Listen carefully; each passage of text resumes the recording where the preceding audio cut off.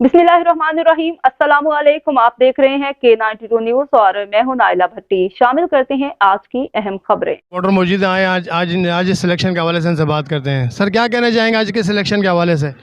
बस आज के इलेक्शन अब तक तो शफाफ इलेक्शन हो रहे हैं और पुरुमीद हैं। देखते हैं, हर बंदा अपने कैंडिडेट को वोट डालने आया है और शाम तक इंशाल्लाह इसके बेहतरीन नतीजे सामने आ जाएंगे।